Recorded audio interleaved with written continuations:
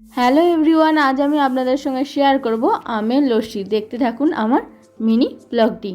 প্রথমে আমি এখানে নিয়ে নিয়েছি আম, নিয়ে নিয়েছি টক দই, নিয়ে নিয়েছি চিনি।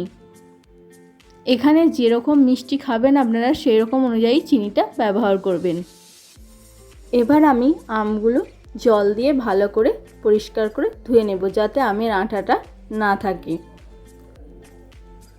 আর চিনিটা আপনারা এখানে নেবেন আমের মিষ্টতা অনুযায়ী।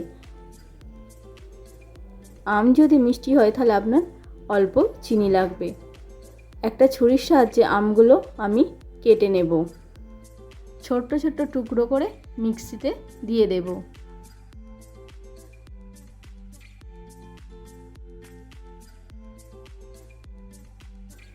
তার সঙ্গে দিয়ে দেব টক দই, দিয়ে দেব 2 চামচ চিনি। চিনিটা যেরকম মিষ্টি খাবেন সেই অনুযায়ী দেবেন। মিক্সিতে ঘুরিয়ে নামিয়ে নিলেই তৈরি আমার আমের লস্যি।